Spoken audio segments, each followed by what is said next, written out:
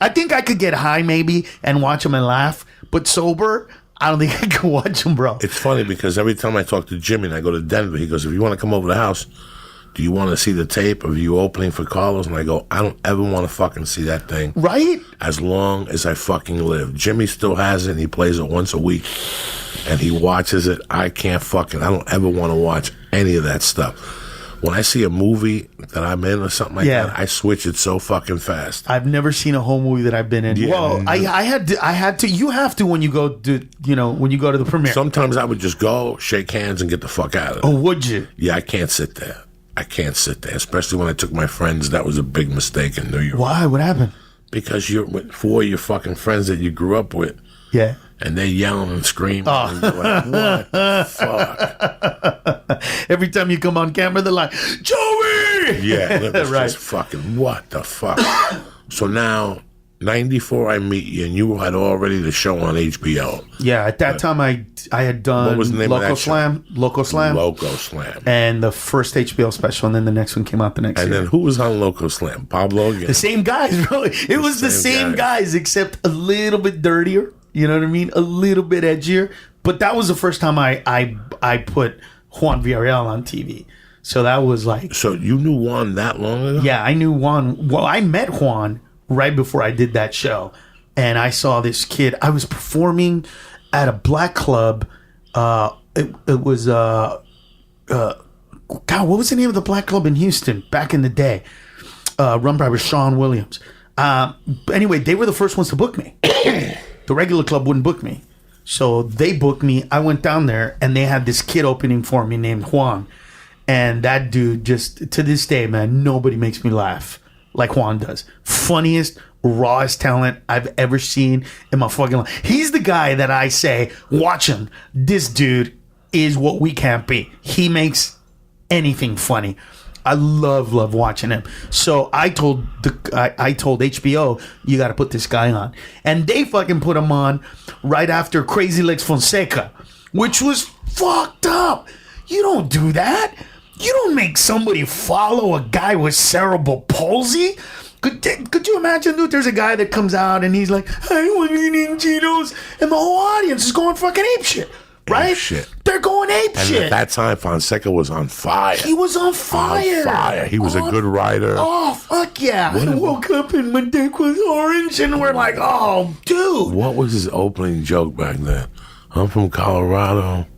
Wasn't it I woke up and my dick was orange? No, I woke up. I'm from Colorado, and we like to parachute. Or something to that effect. Oh, something that he was in a parachute accident. He was in a parachute accident. That's right. And he's like, fuck parachutes and all this shit. And you'd be howling, you know. He was killing it, though. Killing it. Dog, I met Fonseca in 91, and he had a dude that used to drive his van. Right. And the guy was a biker comic that his name was Toe Jam. I remember that name, but I don't know him. Toe Jam was a biker dude. Man, I'm going down the highway in my motorcycle. And all of a sudden, he's an MC, and all of a sudden, boom, I see him in the van with Chris Fonseca. And I go, see, when you see that, I was a doorman at Wits End. Right. And I'm like, how cool is that? And he's like, man, it ain't that cool. I got to wipe his ass. And then right there, that just stopped for me. I was like, I got to wipe his ass. I'm not wiping nobody's ass. Fuck it. Well, that's part of the gig, though. I mean, you had to do it. You want to drop him, you got to wipe him down when he tastes the shit. I just remembered that. I forgot all about that fucking story. Toe Jam. I got to do something about my memory.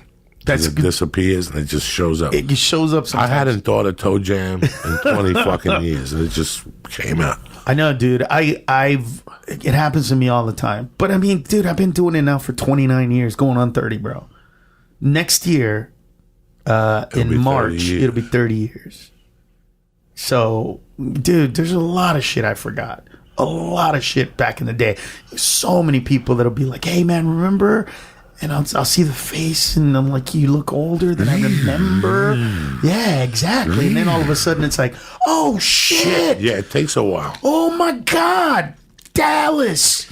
At the old Improv. Yeah, because there used to be an Improv. There's an Improv in Dallas, but there used to be one in Fort Worth. It's like the one in Fort Worth. Oh my God, I remember it. It's crazy.